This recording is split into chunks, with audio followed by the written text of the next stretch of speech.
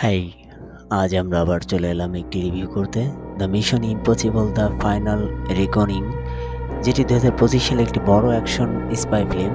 এটি পরিচালনা করেছেন ক্রিস্টোফার ম্যাকুয়ারি এবং প্রধান চরিত্রে আছেন টম ক্রুজ। ছবিটি আগামী 23শে মে মুক্তি পাচ্ছে, আর এটি মিশন ইম্পসিবল সিরিজের 8ম তলা। আজ আমি প্লট সামারি এবং এর প্রত্যেকটা ভার্টিকেট নিয়ে আলোচনা করব।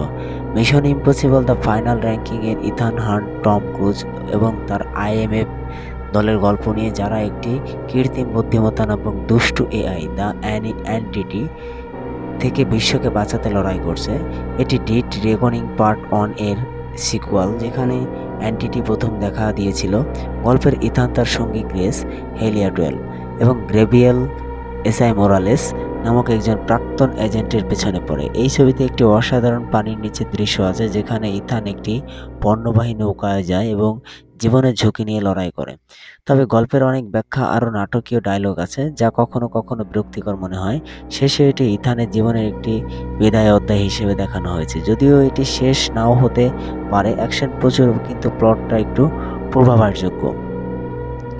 অভিনয়ের দিকে গেলে টম ক্রুজ আবারও অসাধারণ। তিনি নিজের স্টান্ট করে, যেমন পানির নিচে দীর্ঘ সময় থাকা বা বিমান থেকে লাফ দেওয়া, যা তার প্রতিভা দেখায়। তবে ইথান হান্টের চরিত্রে তার আবেগ কিছুটা সীমিত মনে হয়। হেলি অ্যাটওয়েল গ্রেস হিসেবে দারুণ অভিনয় করেছে। তার সাহস আর চতুরতা চরিত্রটিকে জীবন্ত করে তুলেছে। ভিংরামস এবং সাইমন পেগ দলের রসিকতা তার বন্ধুত্বের ভাব ফুটিয়ে তুলেছে। হেনরি জর্নি ফিরে আসার উপযুক্ত, তবে তার ভূমিকা কিছুটা ছোট। গ্রেভিয়েল হিসেবে এবং এসআই মোরালেস একটি রহস্যময় ভিলেনের চরিত্রে ভালো কাজ করেছেন, কিন্তু গভীরতা কম। সামগ্রিক এবং অভিনয় অ্যাকশনে সমর্থন করে, তবে চরিত্রগত গভীরতা কম। সিনেমাটোগ্রাফির কথা যদি বলি তাহলে দারুণ। পানির নিচের দৃশ্য 20 মিনিট ধরে চলে এবং অসাধারণভাবে পরিচালিত। এটি সিরিজের অন্যতম সেরা মুহূর্ত। ব্রিটেন, নরওয়ে এবং দক্ষিণ আফ্রিকার দৃশ্যগুলো খুব সুন্দর। বিমান থেকে লাফ দেওয়ার দৃশ্য চোখ ধাঁধিয়ে দেয়। তবে ছবিটি প্রায় 3 ঘন্টার রান টাইমে কিছু দৃশ্য বড়জোর মনে হয়, যেমন গুহা এবং কারাগারের দৃশ্য। এডিটিং কিছুটা অগোছালো। সাউন্ড ট্র্যাক যদিও অ্যাকশন সমর্থন করে, তবে গল্পের সাথে সব মানায় না। সামগ্রিক এবং সিনেমাটোগ্রাফি অ্যাকশন ফ্যানদের জন্য একটি উপহার, তবে গল্পের প্রভাব কমিয়ে দেয়। তো আমরা যে ফাইনাল ভার্টিকেট দেব সেটা কি দেব?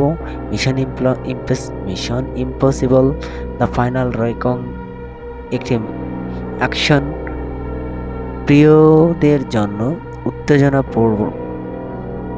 তো ফাইনাল ভার্টিকেট আমরা কি দেব? Mission Impossible the final reckoning একটি অ্যাকশন প্রিয়দের জন্য উত্তেজনাপূর্ণ সিনেমা, যেখানে টম ক্রুজের স্টান্ট এবং পানির নিচের অসাধারণ দৃশ্য, অভিনয় এবং সিনেমাটোগ্রাফি উচ্চমানের, কিন্তু গল্পটা পূর্বাভাস এবং ব্যাখ্যায় ভরা। এটি ইথান হান্টের বিদায় হতে পারে, কিন্তু শেষটা স্পষ্ট নয়। যদি আপনার এই অ্যাকশন টম ক্রুজের সাহস দিতে চান, তাহলে এই থিয়েটারে এটি দেখার মতো। আমি এটিকে 10-এর 7.5 দেব। তো আপনি কি মনে করেন, দেখা উচিত? আপনার মতামত কমেন্টে জানান। যদি ভিডিওটি ভালো লাগে তাহলে লাইক এবং সাবস্ক্রাইব করতে ভুলবেন না। পরবর্তী ভিডিওতে আবার দেখা হবে। ততক্ষণ পর্যন্ত ভালো থাকুন।